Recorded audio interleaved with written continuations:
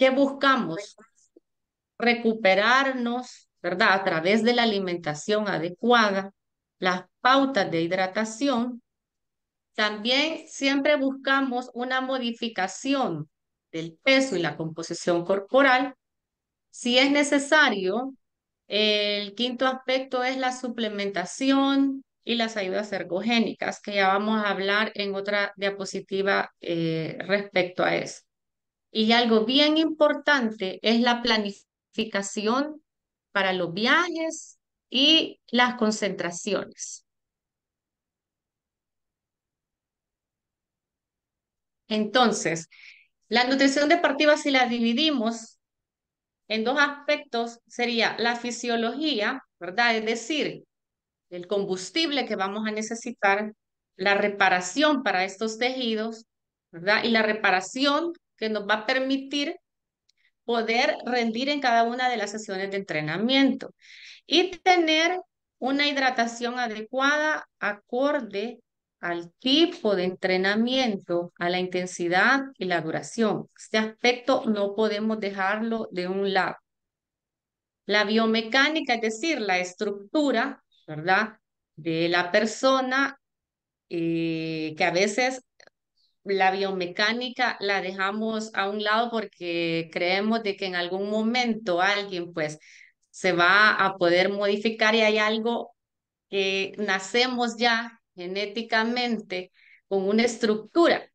Entonces a veces por ahí tenemos incluso a niños, ¿verdad? Adolescentes que están en un deporte y que sí le apuntan siempre al alto rendimiento ya cuando entran a una categoría mayor, pero por ahí la biomecánica no nos da, entonces también es importante que vayamos monitoreando cada una de las estructuras acorde al deporte que está haciendo esta persona, la masa muscular, ¿verdad?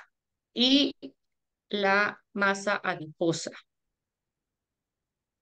Fíjense bien, puse estas imágenes porque visualmente nos permiten comprender más en qué sustrato energético nos encontramos cuando estamos hablando de cada uno de los deportes, ¿verdad? Por ejemplo, un velocista es más, es un deporte más fosfagénico, ¿verdad? Y utiliza realmente es un tiempo corto, entonces no necesita no tiene tanta demanda energética si lo comparamos con un fundista. El remo es un deporte lactácido, ¿verdad? Y está también dentro de los grupos de deportes cíclicos, es decir, que hacen el mismo movimiento, a diferencia de un tenista, ¿verdad? De un futbolista, que estamos como en constante movimiento y tenemos que estar también bien alertas. Y pues el deporte oxidativo, ¿verdad? Sería, por ejemplo, un fondista. Si se fijan, la estructura de cada uno es totalmente diferente. Entonces, tenemos que buscar la composición corporal adecuada acorde al deporte que están practicando el atleta, ¿verdad? Por ahí a lo mejor, si se fijan, un velocista, pues el porcentaje de grasa, si bien es cierto, es bajo, pero siempre debemos de tomar decisiones individualizadas, que por ahí medio porcentaje más o un porcentaje más lo va a hacer rendir mejor. Entonces, debemos de tomar en cuenta cada uno de todos los indicadores y tomar decisiones en conjunto y no solo basarnos en un aspecto físico, ¿verdad? Y recordemos también que este aspecto físico va a ir acorde a la etapa del entrenamiento que va a estar cada atleta.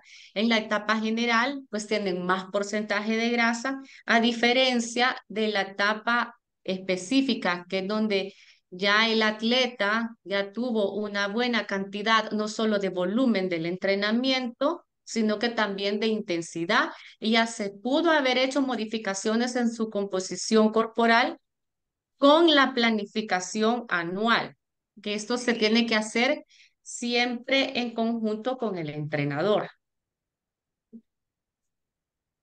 Entonces, en los deportes, ¿verdad? Cada entrenamiento tiene un gasto energético. La prioridad es cubrir esas calorías, ¿verdad? Y también hay muchos deportes y hay muchas que tienen un requerimiento energético bien alto y en el atleta pues hay que cubrir ese gasto calórico. No siempre se gasta las mismas calorías en cada etapa del entrenamiento. Entonces, a veces tenemos que recurrir a la comida que si la ve un recreacional que quiere mejorar su composición corporal, va a decir, uy, pero ¿por qué me están incluyendo comida chatarra como comida en densidad calórica alta? O por ejemplo, unas papas fritas, una hamburguesa, una pizza. Y sí, porque si no, no se logra llenar este requerimiento, muchas veces incluso a través de bebidas hipercalóricas. Y una alimentación, entre comillas, saludable, con mucha fibra, verduras, frutas o alimentos desnatados, pueden generar mucha saciedad en estos atletas y no llegamos a cubrir el requerimiento energético que necesitamos. Si bien es cierto, se hace una mezcla de todo, pero debemos de tomar decisiones al final para poder llenar los requerimientos de glucógeno que necesita este atleta. Y recordemos que algo bien importante es que nuestro corazón gasta energía, nuestro hígado, y hay una gran almacenamiento de glucógeno en músculos y en hígado. Nuestro cerebro necesita por lo menos 100 gramos de hidratos de carbono cada día. Los riñones, el pulmón. Entonces, si no llenamos ni siquiera el requerimiento energético que necesitan estos órganos, desde ahí es como un vehículo que usted no lo lleva al mantenimiento y quiere que funcione y cómo. ¿Cómo? No, no puede ni arranca.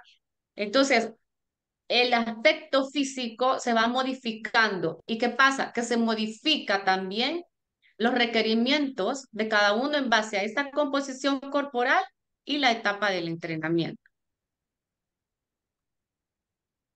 Y en ejercicios prolongados va a ser necesario, ¿verdad? Ingerir hidratos de carbono durante el entrenamiento y durante la competencia.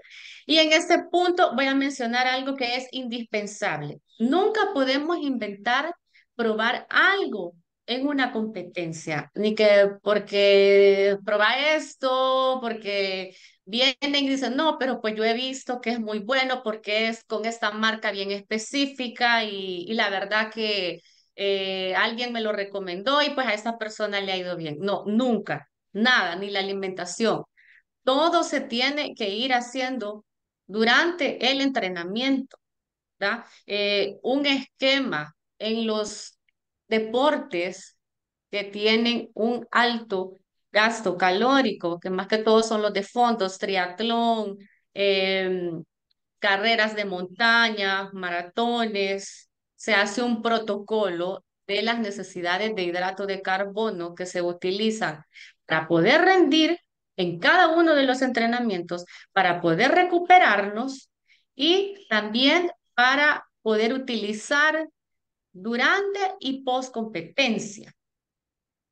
Y tenemos que facilitar pues la digestión y minimizar todos los problemas gastrointestinales que se pueden producir ya sea en un entrenamiento, ¿verdad? O en una competencia. Desde ya les digo que la fibra en una competencia estorba. No se puede, porque eso le van a dar ganas de, como decimos, de ir al baño, enlentece los procesos. En ese momento necesitamos dar el combustible que se necesita y que el cuerpo lo asimila de la forma más rápida. Y si estos productos definitivamente pueden ser refinados. Y aquí tenemos otro ejemplo muy gráfico, por ejemplo, del sistema fosfagénico de un velocista que dura entre 8 a 10 segundos. Siempre necesita eh, utilizar pues glucógeno, pero utiliza menos, ¿verdad? Un sistema de ácido láctico puede ser de un nadador, de un corredor, de un remero. eh, ¿Y cuánto puede durar?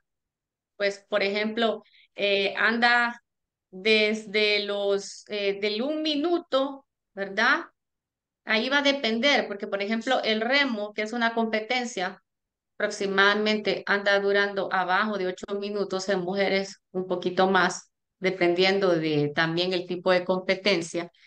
Pero lo que quiero dar a entender con este es que generamos igualmente ácido láctico, pero tenemos que dar otro tipo, ¿verdad? Y otra cantidad de hidratos de carbono. Y en deportes de resistencia, que ahí sí necesitamos definitivamente más aporte de cada uno de estos macronutrientes. Las modificaciones en cuanto a proteínas, carbohidratos y grasas las vamos a ver más adelante antes de finalizar en unas diapositivas y al final vamos a tener un espacio para que ustedes vayan haciendo preguntas para ir aclarando cada una de sus dudas. Entonces, la mayoría del deporte es glucolítico.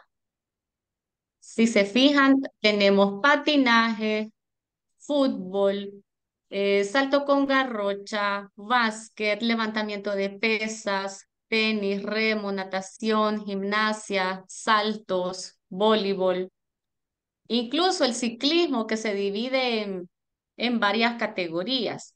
Ojo, que esto de la nutrición deportiva tiene que ser aplicada también a deportes específicos y dentro de cada uno de estos deportes, por ejemplo, en los deportes de equipo como fútbol, voleibol, recordemos que cada jugador tiene una composición, debe de tener una composición corporal diferente y tiene también requerimientos individualizados acorde a la posición que juega, ¿verdad?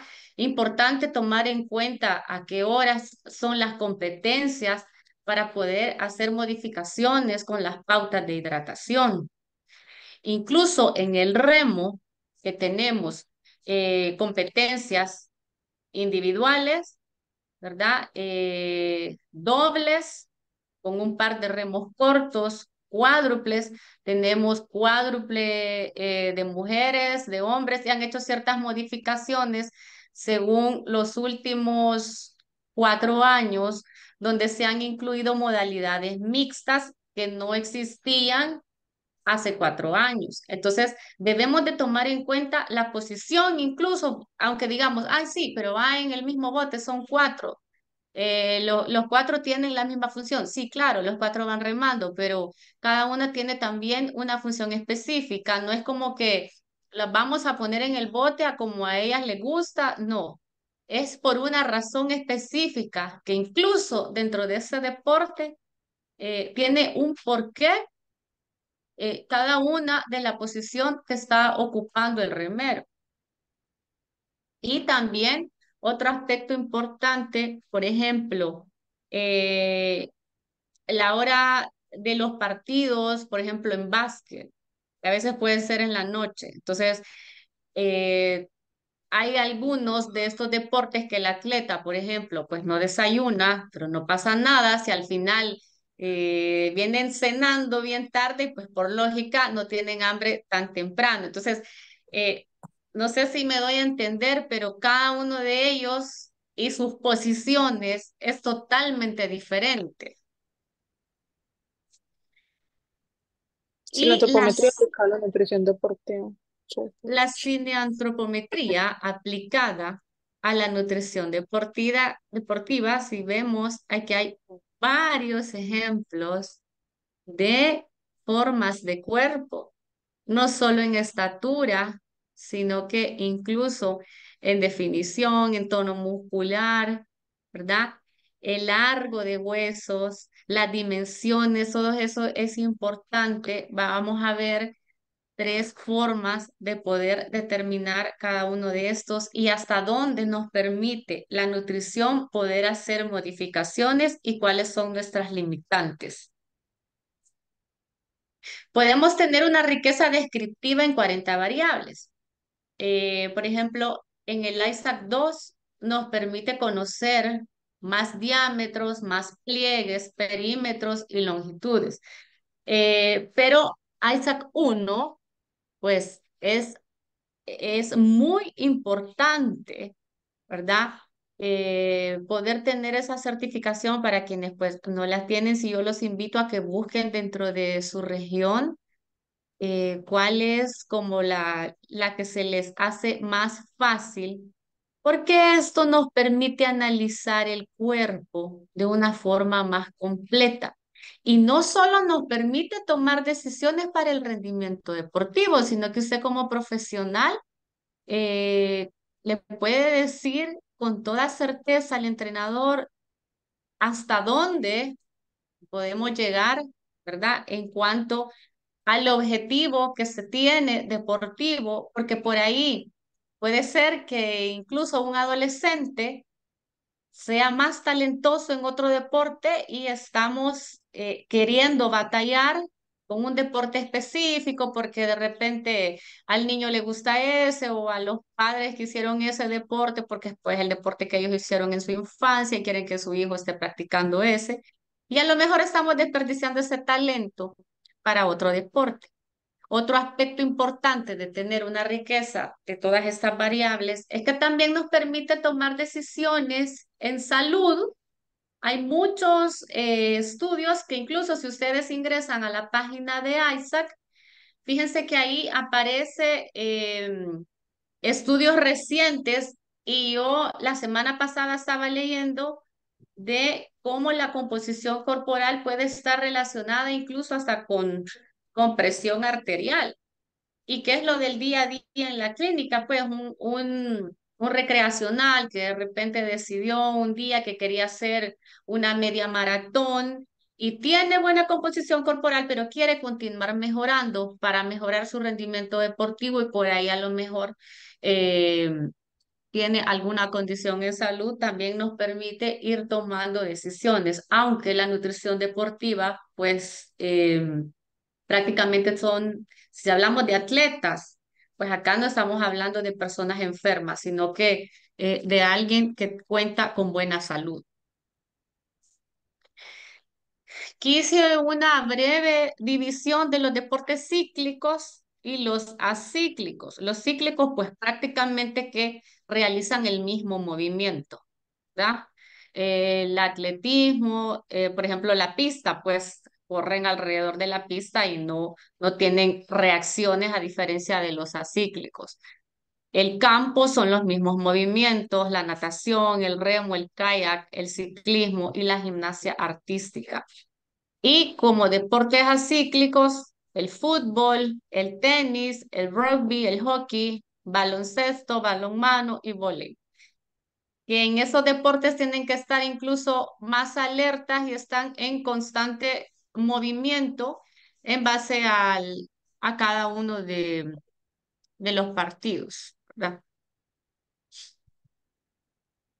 Y aquí vuelvo a mencionar lo que estábamos hablando de la estructura de cada uno de los atletas. Y fíjense bien, si un atleta no tiene la estructura ósea adecuada, es casi imposible llegar a la élite mundial y ninguna intervención nutricional o modificación de la composición corporal puede lograrlo. Un diámetro, por ejemplo, el diámetro bi-iliocrestidio, que ya lo vamos a ver, que es el ancho de cadera, como decimos, solo ese es un indicador de cuánta masa muscular puede llegar a tener este atleta.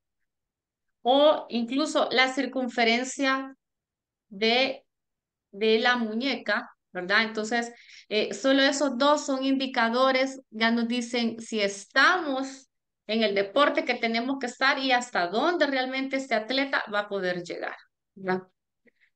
Y bueno, un método rápido para evaluar la adiposidad y determinar el porcentaje de grasa es la sumatoria de 6 pliegues. Y estos para mí realmente tienen que evaluarse desde un recreacional hasta un atleta de alto rendimiento.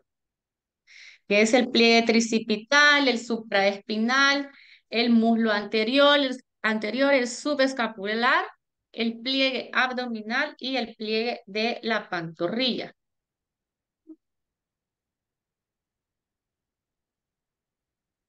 Y también tenemos el fraccionamiento anatómico en 5 componentes. Para mí, pues ese es el más completo, porque nos permite tener el porcentaje óseo, el de piel, nuestra masa adiposa, residual y la masa muscular.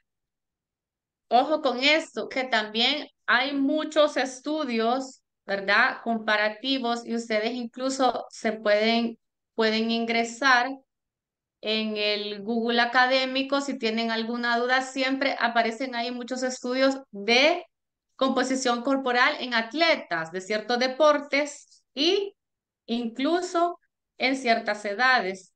También, no sé, me van a comentar al final si alguno de ustedes ha visitado la página de PubMed, porque ahí también aparecen muchísimos estudios y hay mucha evidencia científica. La ciencia no se equivoca. Eso es así. Y hay personas que igualmente van a seguir creyendo que la Tierra es cuadrada y lo dicen con unas propiedad como que así fuera, pero la ciencia no se equivoca. Entonces, para mí, ese fraccionamiento, si estamos hablando ya de deportistas de alto rendimiento, se debe de hacer. Y aquí he puesto de dónde la bibliografía, ¿verdad? Que esta es de Kerr y es muy utilizado en nutrición deportiva. Vamos a hablar un poquito de la implicancia nutricional.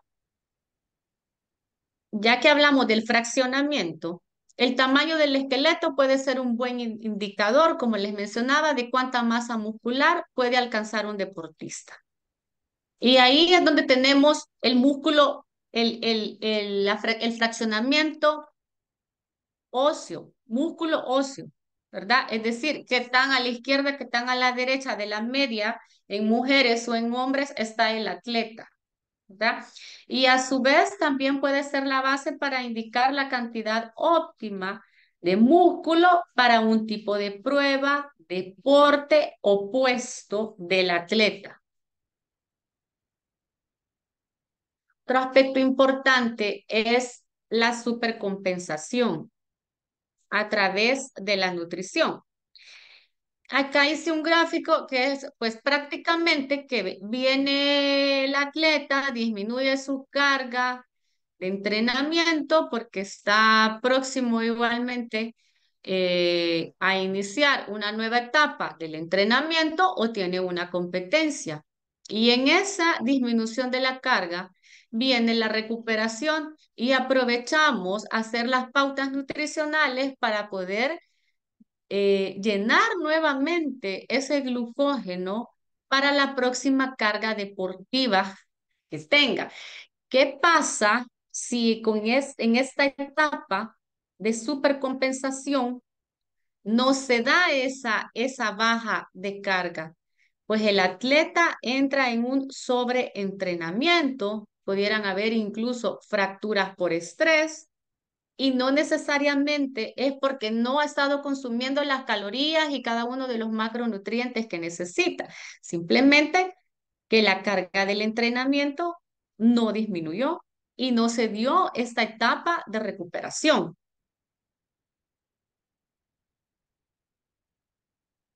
Vamos a ver, un programa de entrenamientos, fíjense bien, mal diseñado, probablemente no producirá resultados. La nutrición no puede recuperar a ningún atleta si se realizan cargas excesivas. La nutrición tampoco puede generar adaptaciones musculares si las cargas de entrenamiento, ¿verdad?, son insuficientes. Entonces aquí tenemos como los dos lados de la moneda, que hay un exceso de trabajo y hay un estímulo inadecuado. O sea, la nutrición no puede solucionar este tipo de problemas. Y bueno, cuando a veces las cosas no funcionan, siempre tratamos de echar la culpa pues a cualquiera de los profesionales que está vinculado en este proceso. Así que ojo con eso, siempre tienen que estar familiarizados con entrenamiento. No solo para quienes están estudiando, no solo opten por cursos de nutrición, sino que es bien importante que conozcan mucho de la planificación del entrenamiento. Eh, un estudiante, un profesional en nutrición, yo he conocido muchísimos, o sea, excelentes profesionales, pero ¿qué pasa? Eh, que a lo mejor y no saben ni cómo es el puesto de un jugador en fútbol, porque como decimos, no lo mastican, no lo digieren, desconocen. Entonces, desde ahí es como, lo siento mucho, pero tu nutricionista pues no me funciona y tiene lógica. Debemos de conocer, no solo, ay, sí, el mediocampista, ah, sí, el portero, sí, pero ¿qué significa eso? ¿Da? Entonces, relacionémonos con cada una de las posiciones en los deportes que trabajan en equipo, incluso los individuales, y conocer muchísimo de planificación del entrenamiento para que nos permita tomar decisiones de cómo vamos a distribuir cada uno de los requerimientos de los macronutrientes a lo largo de cada etapa. Quise poner ese ejemplo del fútbol porque es como que el deporte, digamos, más conocido, ¿verdad? A nivel mundial. Y acá tenemos varias situaciones. Y esto sucede igualmente en otros deportes, ¿verdad? ¿Qué pasa? Que en la pretemporada tenemos un gasto calórico muy diferente a la temporada. Y ojo con esto, porque de repente pudieran existir modificaciones en la composición corporal si no somos bien minuciosos en cada una de las etapas. Por ejemplo, en la pretemporada, 3.000, un estimado de 3.600 kilocalorías, ¿verdad? Y ojo, que acá debemos de tomar también, hay atletas que dicen, o que compiten por categoría de peso y de repente empiezan a hacer también un montón de estrategias que creen que son las mejores porque los mismos del equipo las han estado haciendo. Yo hice la tesis en atletas de judo hace un montón de años, allá por el 2005, y tenían muy malos hábitos. O sea, las estrategias de ellos para dar el peso era deshidratándose, tomando diuréticos, saunas, pues que no está mal usarlo de vez en cuando, ¿verdad? Pero no estar ingiriendo calorías abajo de la tasa metabólica basal. O sea, ahí ya estamos hablando de daños en la salud. Entonces, debemos de educar al atleta y de hacerlo con tiempo, ¿verdad? Para poder llegar al peso que se necesita para competir en estos deportes. Y lamentablemente también hay casos como el taekwondo que se pesan, tienen que dar el peso un día antes, ¿verdad? En esos deportes de combate. ¿Y qué pasa? Que el atleta se emociona comiendo después y cuando ya llega a la competencia, pues se siente muy pesado, ¿verdad? Ojo con esto. También orientarlos sobre qué es lo que vamos a consumir en las siguientes 24 horas. Y algo indispensable es la rehidratación. Por ejemplo, el remo, que también hay una categoría de peso ligero, eh, pues ahí hay que dar el peso el mismo día. Entonces, ¿me entienden? Tenemos que tomar decisiones adecuadas, ir orientando a los preparadores físicos también, al entrenador, porque a veces incluso hay atletas, niños, que el entrenador quiere que dé el peso, quiere que baje 14 libras en un mes. Y eso pues yo nunca he estado de acuerdo y no es adecuado, y menos en niños atletas y en deportistas ya de categoría mayor. Para eso sirve la antropometría, para decir, ok, solo su esqueleto tiene este peso, ¿verdad? Y orientamos mejor al entrenador y A veces es mejor subirlo a otra categoría que estar luchando constantemente y clavado que queremos que aquí esté porque creemos que ahí va a rendir mejor. Entonces, cada etapa de periodización requiere un gasto energético, que es lo que he venido hablando. Y también uso de sustratos específicos, ¿verdad? ¿Qué tipo de sustrato van a utilizar? Pues acorde a la etapa que estemos del entrenamiento, acorde al volumen del entrenamiento, acorde a la intensidad, acorde incluso a cuántas sesiones de entrenamiento tenemos cada día, ¿verdad? El nutricionista deportivo debe comprender estos requisitos, es lo que les vengo mencionando para poder hacer una planificación adecuada y también incluso si se necesitan algunos suplementos, que la suplementación significa suplir alguna necesidad. Y ojo con esto, que no son indispensables, no son indispensables.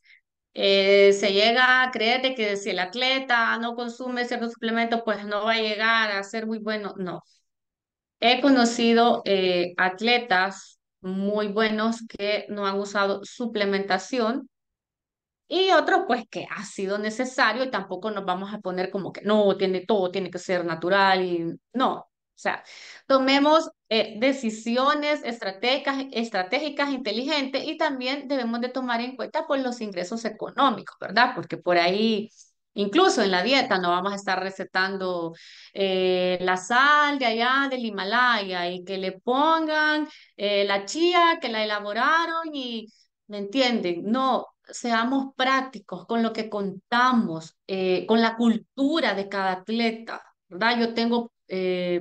He tenido nadadores de Honduras y pues ellos, aunque somos al final Centroamérica, pero la alimentación es totalmente diferente y uno tiene que adaptarlo a la cultura también de cada uno de ellos. Por ejemplo, en el fútbol no vamos a venir a inventar de que de repente no vayan a hacer un asado un domingo que une al equipo, porque el nutricionista va a decir, no, eso es muy calórico. No, no, no, no. O sea, debemos de ser bien inteligentes en ese aspecto, que hay factores en este tipo de deportes que unen a los atletas, ¿verdad? Y quiero que se lleven también ese mensaje. No es como que existe la dieta del nadador, la dieta del futbolista. No, pueden existir grandes variaciones a lo largo del año para cada uno de ellos. Y ahí es donde tomamos las decisiones de qué vamos a hacer en ese momento para que continuemos mejorando y lleguemos al objetivo general, ¿verdad? De este rendimiento en cada uno de ellos. Les quise compartir esta página web para el cálculo de gasto según el ejercicio. Esa me la compartió uno de mis maestros, que es Francis Holloway, y la verdad que me pareció muy útil, tanto como para un atleta que va iniciando un recreacional. En esta página incluso hasta están detallados muchos entrenamientos de gimnasio, ¿verdad? Ya con ejercicios específicos. Entonces, nos permite tener como un mayor panorama en cuanto al gasto según el ejercicio, ¿verdad? Pero recordemos que en atletas y más de alto rendimiento es totalmente diferente. Y esta fórmula, pues que tiene un poquito de años, ¿verdad? Pero sigue siendo muy útil para que quienes ya la conocen, pues, y quienes no la conocen igualmente tengan conocimiento. Que, ojo, la nutrición deportiva en niños y adolescentes es totalmente diferente. Pero por ahí tenemos un niño que le va apuntando a medallas importantes, ¿verdad? Cuando ya pase a la categoría mayor y no debemos descuidar nunca que tengan un crecimiento y desarrollo adecuado. Recordemos que los huesos de los niños es totalmente diferente que el de los adultos. Por ahí a veces el entrenador cree que se va a mantener en ese peso y no, o sea, los huesos crecen y no podemos estropear la curva del crecimiento, ¿verdad? Entonces, explicarle cada uno de estos datos al entrenador es muy importante, ¿verdad? Aquí en esta tabla podemos ver el gasto metabólico, ¿verdad? Acorde a la edad, tanto en hombres como mujeres.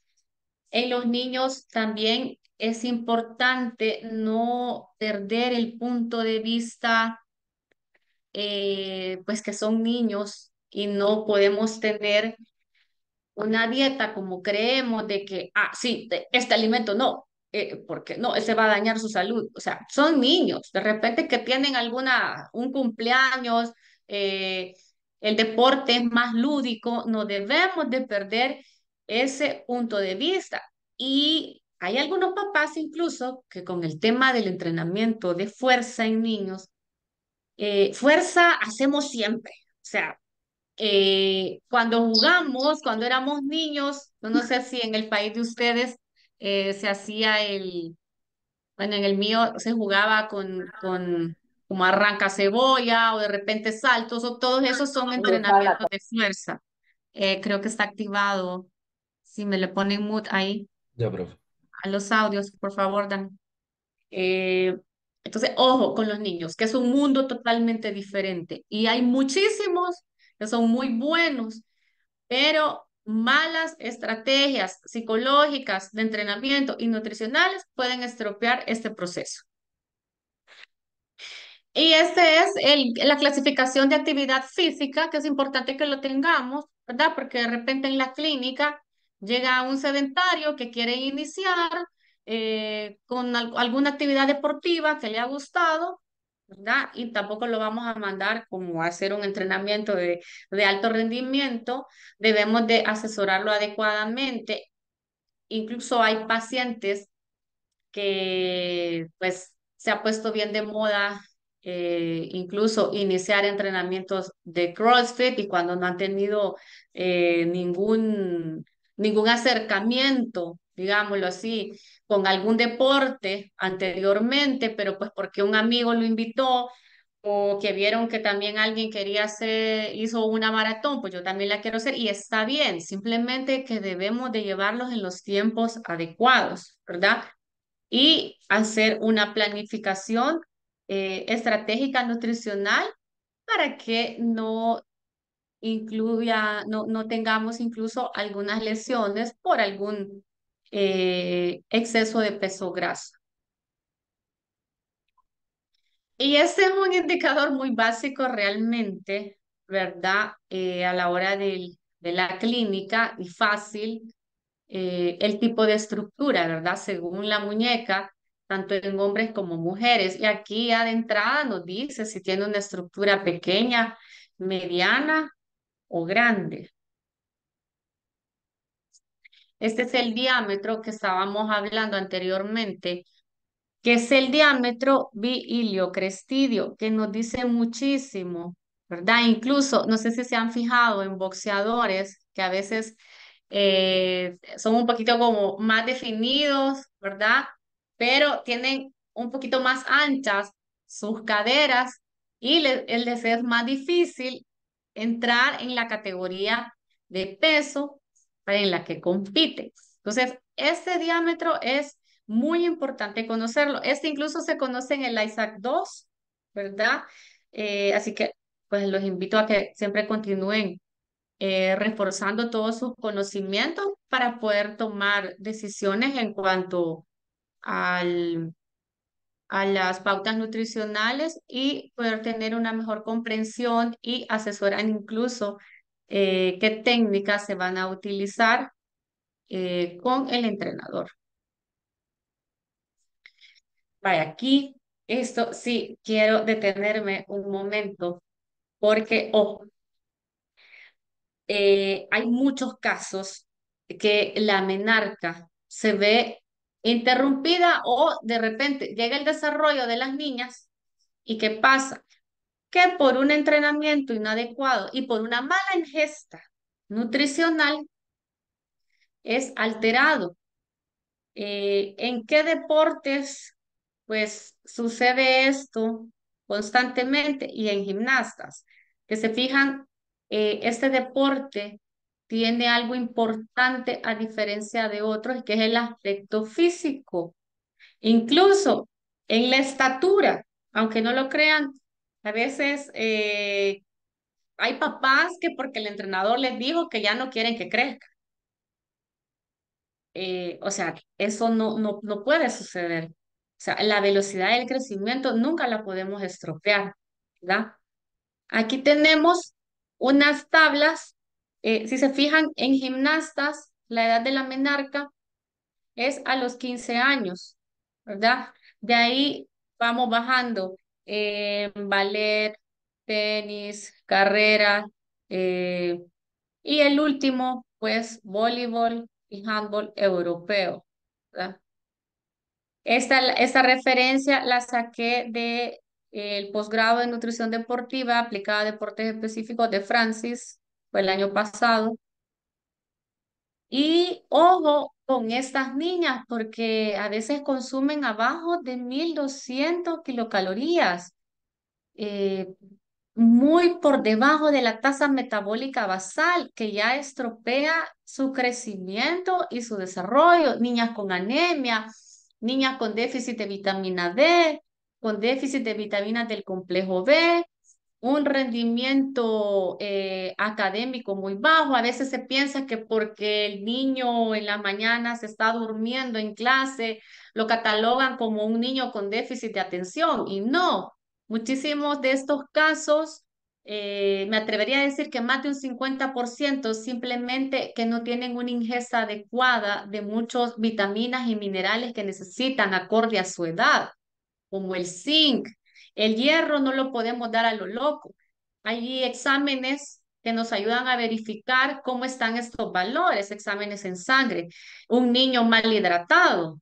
eh, en mi caso, pues yo veo muchos niños tenistas y nadadores que están ya a las 4 de la mañana en el agua, finaliza su entrenamiento a las 6 y a las 7 de la mañana ya está sentado en su escuela, y tenistas que salen de su escuela y entrenan de 4 a 7 de la noche. Estoy hablando de niños entre 13 y 15 años. Entonces, ojo con esto, ¿verdad? Que debemos de dar cada uno de las vitaminas y minerales en cada uno de ellos, acorde a la etapa que se encuentren. Y otro aspecto importante en este es que a veces podemos tener niños que tienen la misma edad en meses y por ahí creemos de que el que es más pequeño pues se va a quedar pequeño y que el más alto siempre va a ser el más alto y no, los estadios de crecimiento son muy diferentes. Por ahí de repente el más pequeño pasó al más alto. Entonces, ojo con esto, ¿verdad? Porque debemos de ir monitoreando cómo se encuentra incluso la edad ósea de estos chiquitos para no enlentecer esta velocidad de crecimiento y desarrollo, ¿verdad? Que esto ya es algo también genético, pues, pero nunca he estado yo de acuerdo en que queremos que ahí se quede un niño o una niña, porque eso no es adecuado en salud. Y bueno, los objetivos comunes entonces en atletas, como para hacer una recopilación de todo lo que he hablado hasta este momento, es cubrir requerimientos de energía y combustibles para los entrenamientos, ¿verdad? Y competencias. Considerar estos requerimientos en vista de modificar la composición corporal sin perjudicar la salud, que es lo que les acabo de mencionar, ni lesionarse, y abordar los diferentes escenarios que ocurren durante los viajes y visitas a culturas diferentes. Acá un breve resumen, por ejemplo, para que tomen en cuenta la diferencia del gasto que pudiera tener calórico, ¿verdad? En cuanto al consumo, por ejemplo, de carbohidratos y de proteínas en un velocista a un atleta de resistencia o incluso un jugador de fútbol, ¿verdad? Que podemos llegar en los atletas de resistencia a consumir hasta 10 gramos de carbohidratos por kilogramo de peso, ¿verdad? Y incluso, o sea, hay atletas que durante un entrenamiento o durante una prueba, un Ironman, una carrera de montaña, pues consumen arriba de los 10 gramos, de carbohidrato. Y aquí está lo que les estoy mencionando, ¿verdad? De un caso de un triatlonista que este es un estimado, ¿verdad? Como que nadar a una hora, tenemos 4 horas en la bici y ojo, el tiempo en la bici es muy importante, las estrategias que vamos a tener en ese momento en cuanto a hidratación y al suministro de fluidos y de hidratos de carbono. ¿Por qué? Porque ese es el momento en el que el atleta no tiene un impacto, a diferencia de la carrera, pues que va corriendo y prácticamente también, acorde a la velocidad que va, puede darse el suministro de hidratos de carbono de fácil asimilación y los fluidos, ¿verdad? Entonces, y esto se tiene que hacer en un entrenamiento, como les repito, nunca en una competencia, ¿verdad? ¿Qué vamos a utilizar? ¿Qué purés? ¿Cuántos gramos? ¿Cada cuántos minutos? ¿Verdad? Para que ya se lleve realmente ese protocolo que ya se hizo y funcionó, se va a hacer en la competencia. Y en parte de esta planificación también es que si la competencia es internacional, ¿con qué vamos a contar y con qué no? Pues porque si no, al final ese protocolo nos va a haber funcionado nada más para el entrenamiento y no vamos a haber introducido algunas de las necesidades de utilizar cierto alimento o cierto hidratante o cierta gel o cierto producto que se nos puede facilitar en el lugar de la competencia. Ya vamos finalizando. Yo sé que me he extendido un poco y de verdad que sé que el tema era generalidades, pero no me puedo ir sin mencionar todo lo que he estado mencionando, que de verdad es muy, muy útil. Si no, siento que me va a quedar como a medias. Exámenes de laboratorio importantes. Un hemograma completo. En este vamos a verificar cómo tiene las defensas, es decir, los glóbulos blancos. Y ojo que dentro de los glóbulos blancos está más detallado incluso cómo están los neutrófilos. Eso nos permite ampliar el panorama, que el atleta si va a ir a un país donde el clima es diferente, eso nos vaya a descompensar su sistema inmunológico. La hemoglobina, ¿verdad? Y más atrás de la hemoglobina, que eso nos ayuda muchísimo al rendimiento deportivo, tenemos algo que nos va a ayudar a ver atrás de esa hemoglobina, o decimos a escudriñar, y son los niveles de ferritina que tiene este atleta. Un general de ese, por ahí a veces ya tenemos, como decimos, todo controlado y resulta que pues el atleta en su etapa de descanso adquirió parásitos porque se dio la vacación y fue a consumir el pan que nunca había comido ahí que iba pasando y pues ni modo. O tomó algo, algún refresco y contaminado y tiene parásitos. Ojo con esto, que son exámenes muy básicos que se tienen que hacer por lo menos una vez al año. Un general de orina.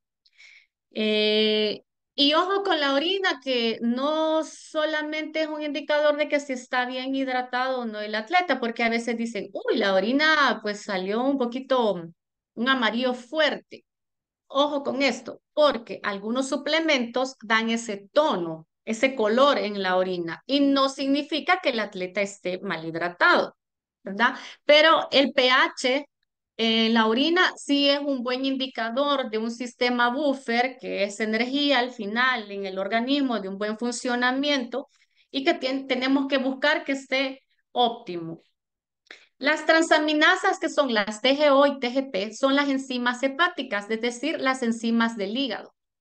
Cuando un atleta está sobreentrenado, salen elevadas. Incluso tratamientos con aminoácidos, como por ejemplo arginina o hepatoprotectores, que no son doping, que ese es otro tema, el doping, ojo con cada uno de los suplementos o vitaminas o minerales. Por favor, en la WADA hay una página donde ustedes pueden introducir cada uno de los suplementos y tenemos que verificar que no tiene doping. A veces creemos de que pasó el caso, por ejemplo, de un atleta de una proteína, la misma marca, y resulta que la habían elaborado la misma marca en los estados y la otra en México. Y en uno de los laboratorios resultó que hubo contaminación, así que seamos bien minuciosos, súper desconfiados de cada uno de los suplementos. Y si estamos usando un suplemento, el atleta siempre debe de guardar, debe de dejar un poco de ese suplemento, porque si sale ahí en un sorteo, le van a pedir una muestra de, en algunos casos piden muestra de los suplementos que se han estado utilizando. Niveles de vitamina D, últimamente, post-COVID, se ha visto un déficit de esta vitamina, que es muy importante. Ojo con esto, entonces también es importante monitorearla incluso en niños. Y pues en atletas recreacionales, ¿verdad? Que es lo típico, como les he mencionado en la clínica, monitoreamos glucosa, colesterol, triglicéridos y hormonas tiroideas. Y bueno, con el tema de suplementación, que este ya es, o como decimos, otro rollo, podemos pasar hablando eh, muchísimas horas de cada uno de estos. Pero aquí algo bien general es que podemos utilizar unas vitaminas de alto espectro, por ejemplo, un Centrum, que es bien común y es muy bueno. Minerales, siempre tenemos que seleccionarlos, obviamente, en base a las necesidades de cada atleta, ¿verdad? Los gramos de sodio que generalmente anda utilizando un atleta entre 600 a 1000 miligramos, pero eso va a depender de cada uno, ¿verdad? Del contexto. Entonces, siempre depende, ¿verdad? Magnesio, ¿verdad? Las cantidades, pudiéramos utilizar entre 300 o 400 y siempre va a depender de lo mismo. Zinc en los niños no necesariamente se utiliza porque queremos que crezca, no, es un mineral que ayuda incluso a tener un buen funcionamiento de todo el organismo, metabolismo y que nos ayuda también, es un complemento con las vitaminas del complejo B. Suplementaciones de proteínas, ¿verdad? Que hay muchísimas en el mercado, un omega 3 que no olvidemos, por favor, no dejemos de un lado la nutrición cerebral, ¿verdad? Hay muchos de estos suplementos que no se pueden llenar a través de la dieta y tenemos que recurrir, ¿verdad? A una suplementación. Y el uso de bebidas deportivas acorde también a cada uno de estos atletas. Y ayudas ergogénicas como creatina, betalanina, geles, cafeína que nos pueden ayudar a mejorar el rendimiento deportivo. Acá he mencionado, pues, las que tienen prácticamente evidencia científica, porque por ahí hay muchísimos que siempre se han estado utilizando y que realmente no tienen evidencia científica, son más un efecto placebo, pero ojo con esto, no podemos venir y decirle a un atleta que usa, por ejemplo, los famosos BCAA y decirle, no, eso es muy malo, no, realmente eso no tiene evidencia científica o no se ha comprobado que te vaya a ayudar a mejorar el rendimiento. Y muchos de mis maestros me han compartido que, pues, si algo no te hace mal y por ahí al atleta le crea un efecto placebo, pues no hay que quitárselo, al contrario, hay que ir orientándolo diferente a un abordaje, como veo que te gusta muchísimo la suplementación, contame cómo te sentís, mira, según la etapa de tu entrenamiento, pudiéramos utilizar esto, ¿qué te parece si hacemos un examen? Es diferente el abordaje a entrar como en una discusión porque pasa también el típico paciente o atleta que sabe muchísimo del tema que nosotros manejamos y tampoco nunca es correcto como poner en contra, digamos, al atleta con su entrenador. Yo siempre he dicho que es importante tener una comunicación más fluida y poder discutir siempre con el objetivo que todos tenemos en común, pues que es la salud, el rendimiento y no perjudicar la salud y evitar lesiones. Y acá unas recomendaciones generales de ingestas de macronutrientes, pero siempre con el depende. Depende del contexto, depende qué es lo que queremos mejorar, depende de la etapa de entrenamiento, todos los factores individualizados de la ingesta de cada uno de los macronutrientes. Y bueno, acá un poquito de mi presentación. Hemos finalizado. Procedemos a preguntas y respuestas, ¿verdad, Dani? Sí, señora. Bueno, chicos, vamos a dar un tiempito para que ustedes pregunten. Pueden ser preguntas un poquito ya más específicas. eh, y pues nada, estamos atentos, ¿vale? Por acá en el chat pregunta Isabela. Te leo, profe. Hola Carolina, tengo una pregunta. ¿Tú qué fórmula de requerimiento calórico utilizarías para futbolistas femeninas de 15 años con exceso de peso? Ay, muy buena pregunta. Cuando tenemos un exceso de peso, ojo con este dato que es bien importante. No debemos de tomar en cuenta el exceso de peso graso. ¿Por qué? Porque eso al final te va a dar un requerimiento energético diferente a que se omitimos ese peso. Entonces, tomemos en cuenta para el cálculo del requerimiento que pues Harry Benedict es muy buena fórmula. Y utilizando también el factor de actividad física, ¿verdad? Qué tan intenso lo está haciendo y también tomar en cuenta que está en crecimiento y desarrollo, ya solo eso, que el factor edad, ¿verdad? Es necesario. Ya solo queremos hacer que modifique su composición corporal, entonces tomemos en cuenta el peso magro en lugar del peso total, porque ¿qué pasa? Que el peso total, por ahí a lo mejor ese atleta tiene, por decir un número, 25% de grasa, 30, y queremos hacerla que baje del 20. Entonces, si tomamos en cuenta ese peso, nos va a dar un requerimiento energético más alto. Entonces, tomemos en cuenta el peso de masa muscular y ya con eso ya estamos creando un buen déficit calórico. Pero también otro factor importante es que no debemos olvidar que aunque esté en un deporte pues competitivo, también es una niña y no podemos tenerlos muy restringidos. Entonces, hagamos un conteo de su ingesta diaria y muchas dietas en estos casos pueden ser, puede haber una mejora de su composición corporal tomando una dieta más cualitativa que cuantitativa. Es decir, por ejemplo, si cuando los fines de semana sale a comer con sus papás y se va a comer una hamburguesa con unas papas fritas, ¿y qué tal si esa misma hamburguesa la comemos en casa y en lugar de papas fritas, pues puede ser papas al horno? Ya solo ahí la densidad calórica ha cambiado. Pero sí, tomemos en cuenta, en lugar del peso total, el peso de masa muscular para hacer el conteo de los gramos de cada uno de los macronutrientes y determinar las calorías totales.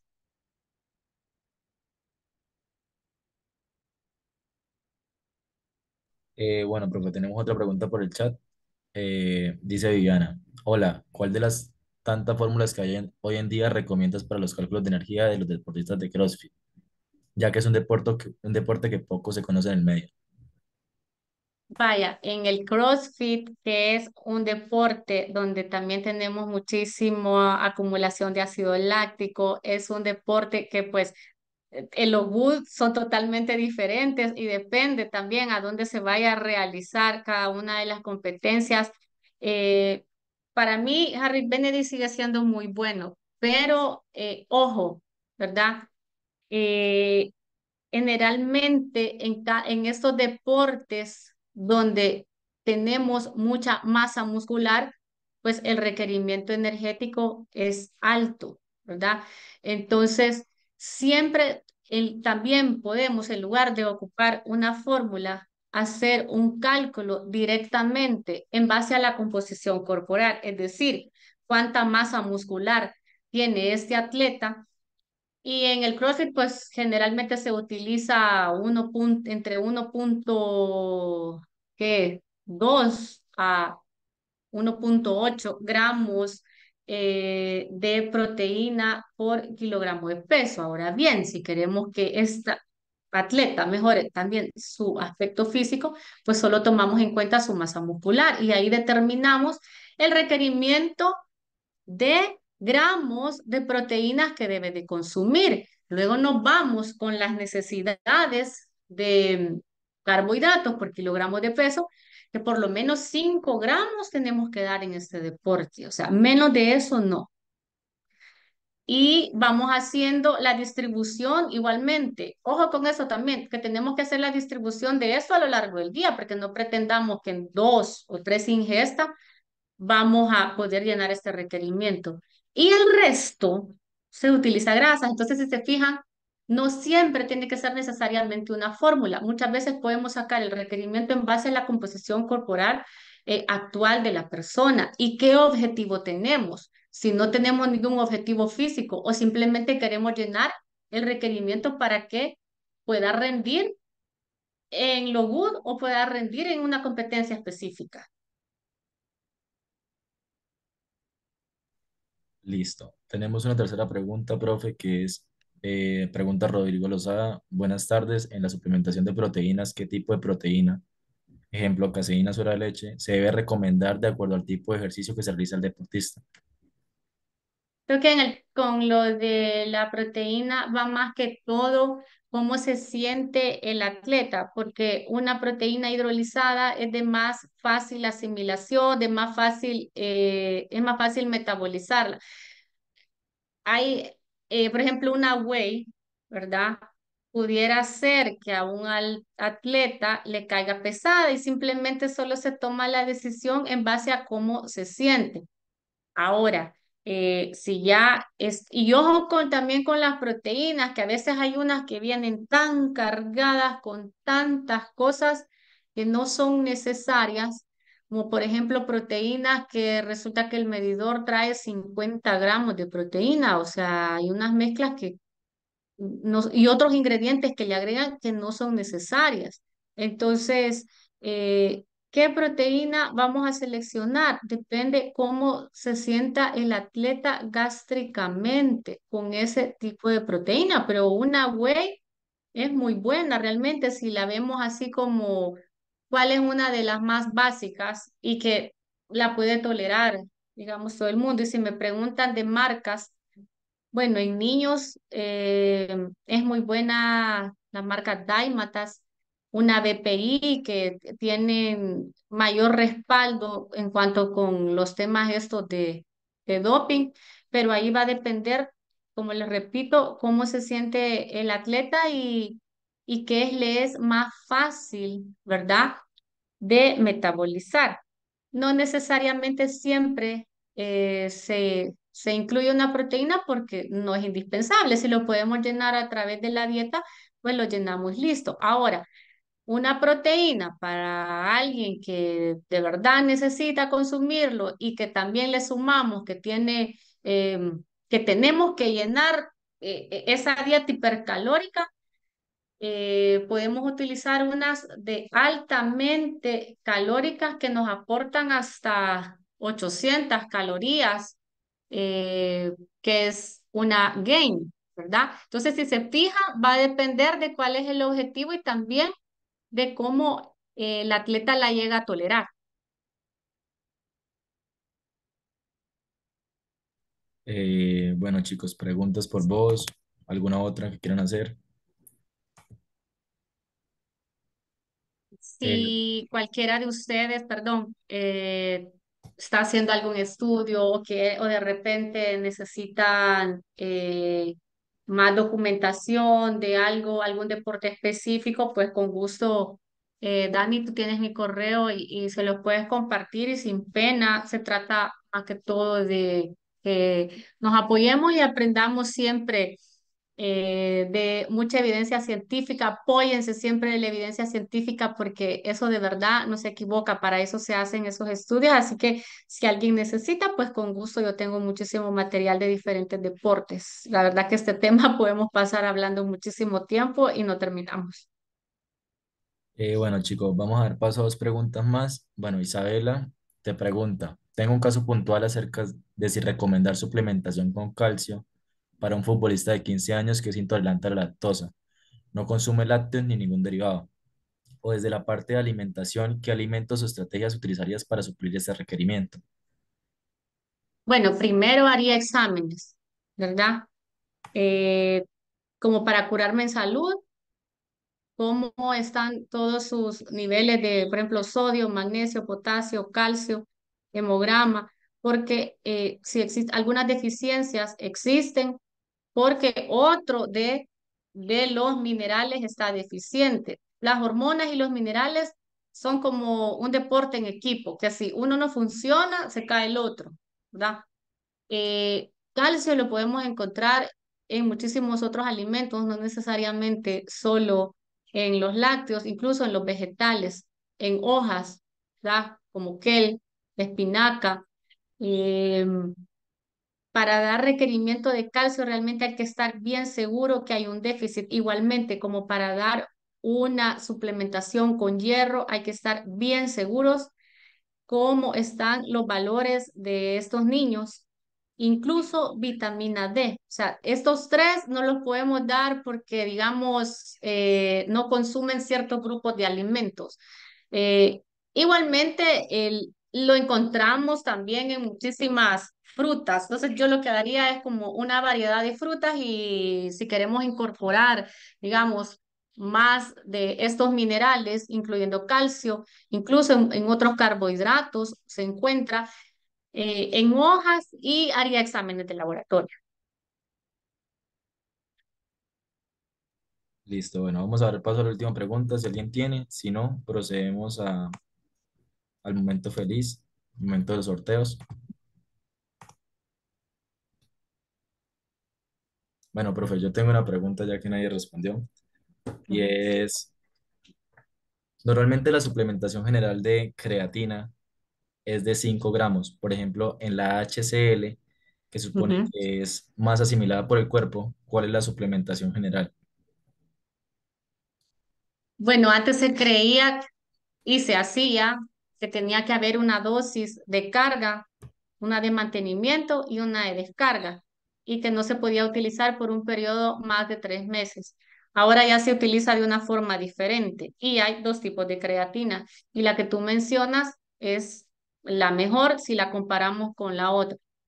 Ojo que también hay un mito que se cree que cuando se suplementan con creatina van a tener que se van a hinchar y no, eso es un mito. Sí hay un leve incremento del peso porque ayuda a mejorar la masa muscular, pero no es un incremento de peso tan grande. Pudiera ser 1 kilogramo, 1,5, pero eso depende de cada persona, ¿verdad? Pero está comprobado, hay mucha evidencia que ya con 5 gramos de entrada, digamos, a alguien que nunca la ha utilizado, le va a hacer el mismo efecto a que si se haga una dosis de carga y la de mantenimiento.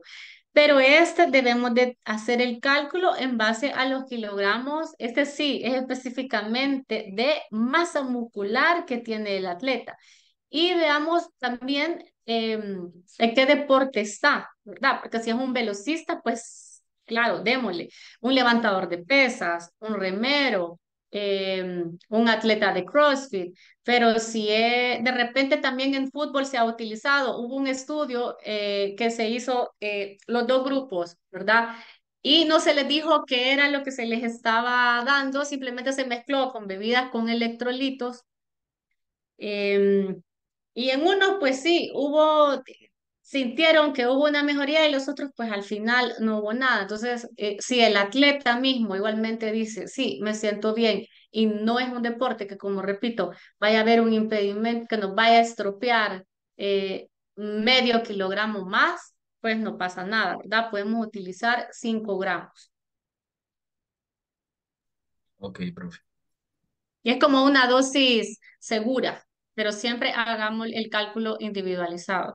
Pero en esta suplementación con HCl generalmente es menor a la monohidrato, ¿cierto? Porque, por ejemplo, la monohidrato dicen que la suplementación es 0,1 kilogramo, 0,1 gramo por kilogramo de peso. ¿La HCl es menor? realmente se debe utilizar igual, o sea, no es tan significativo, pero si al profesional, digamos, o al atleta lo hace sentir más seguro, pues sí, se hace diferente el cálculo, pero no es realmente algo que le vaya a afectar. Al contrario, si es de los deportes que yo mencioné, 2, 3 gramos más no va a dañar y ni daña riñón, incluso las dietas hiperproteicas. No hay ningún estudio hasta el momento que diga que una dieta arriba de 2 gramos de proteína por kilogramo de peso dañe riñón. Entonces, eh, no pasa nada si utilizamos una o la otra, porque el efecto o sea, el resultado no es tan significativo como en una brecha, en una diferencia. Ok, profe, muchas gracias. Bueno, chicos, vamos a pasar a la parte de los sorteos. La profe Carolina, mientras tanto, se va a pensar dos preguntas y ella es la que va a hablar las respuestas. Por ahora, la primera dinámica es la primera persona que suba una historia con una frase o algo relacionado con la temática del día de hoy, etiquete a Sandy y etiquete a la profesora Carolina. Le vamos a dar una entrada para el Congreso Isabel a partir de ahora. Se no cuenta. A partir de ahora, la persona que suba una historia etiquetando a Sandy,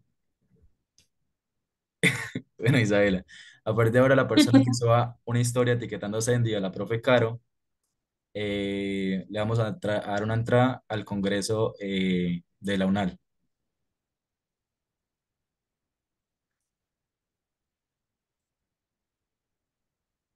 Tú me ¿Listo? avisas, Dani. Vale, profe.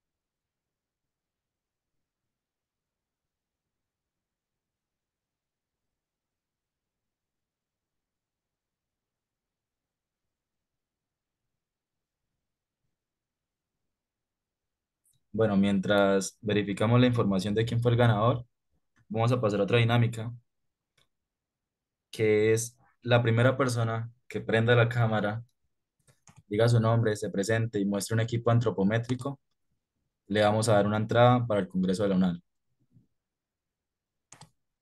El arroba de la profe es Caro, está en la publicación de Es @caro Nutri Sports. Sports. Ujú.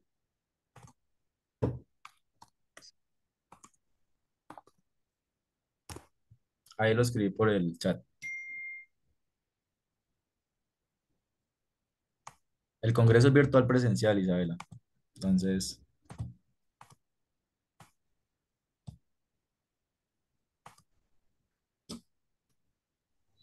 Hola, me presento ya. Hola, Zaira, bueno, Patricia. la que primero prendió la cámara fue Shaira.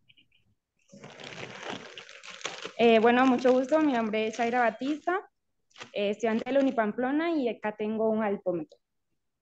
Ok, súper.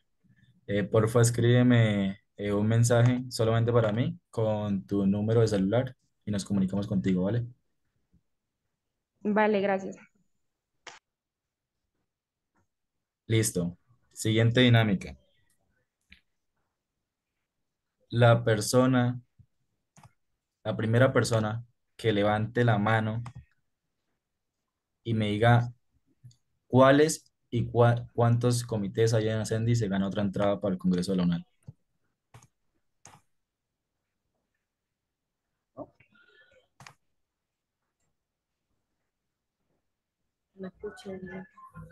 ¿No escuchaste? ¿Todos me están escuchando o no? Sí, yo escucho.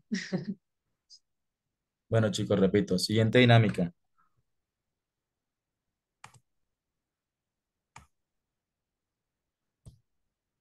Isabel, ahorita te decimos la fecha, espera, ya te digo.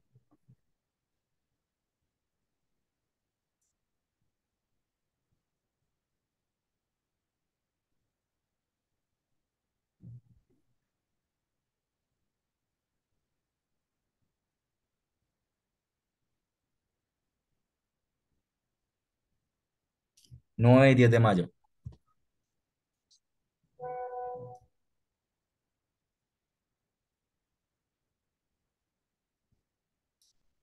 Bueno, la primera persona que levantó la mano fue Gisette. Bueno, tiene la palabra Gisette. Hola, buenas noches. Ah, bueno, es un muchacho. Dale, Bueno, sería el Comité Científico Académico, el de Relaciones Públicas y Egresados, el de Comunicaciones y el Logístico. listo, muy bien. Me escribes al interno, porfa, tu número y tu nombre completo, ¿vale? Vale. Listo, acabamos de corroborar quién había sido la primera persona en subir la historia y la primera persona que subió la historia con las indicaciones que se dio fue Paula Jiménez. Entonces, Paula Jiménez, porfa, me escribes al interno y me dices tu nombre completo y número. Listo, profe, ahora sí tus dos preguntas, tú Ok. mismo las evalúas como quieras. ¿Cuál es el examen que se debe de realizar? Examen de laboratorio. Pueden mencionarme dos o uno que es importante para verificar si el rendimiento deportivo está adecuado. Examen de laboratorio.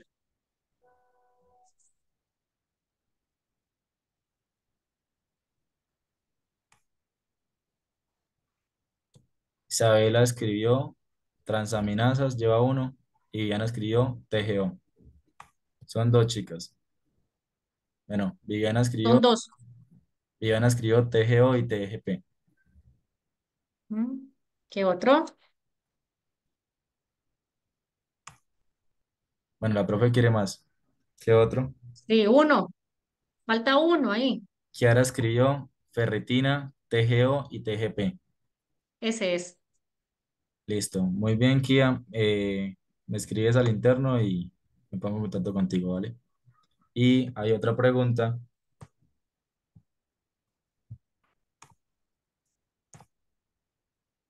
Ok, la segunda pregunta es, ¿en qué momento de la triatlón es más útil incluir más ingesta de carbohidrato y de fluidos?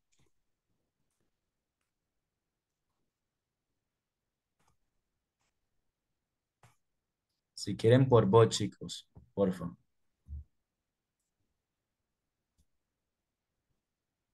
¿Mm? ¿En qué momento de la triatlón? En el baile. Hola. En la bicicleta, así es. Listo, porfa, me escribes al interno y ya, chicos, esas eran las 5 entradas que íbamos a dar. Súper. Muchas gracias, profe. A la orden. Fue la verdad que un enorme placer y gracias por tomarme en cuenta. Para mí es un privilegio, lo valoro muchísimo y espero nos veamos en un futuro cercano para poder seguir compartiendo más conocimientos y que unos con otros nos nutramos, porque yo siempre igualmente aprendo de cada uno de ustedes y en esto, la verdad que nunca paramos de aprender, aún sacando un posgrado, una especialización, uno siempre tiene que estar en constante cambio y reaprendimiento. Así que también los invito para que continúen siempre investigando y aprendiendo de todo lo que les mencioné. Que pasen una feliz tarde, noche. Vale, profe. Muchas gracias. Los chicos que fueron ganadores, por favor, se esperan un segundo. Gracias, profe. Nos vemos.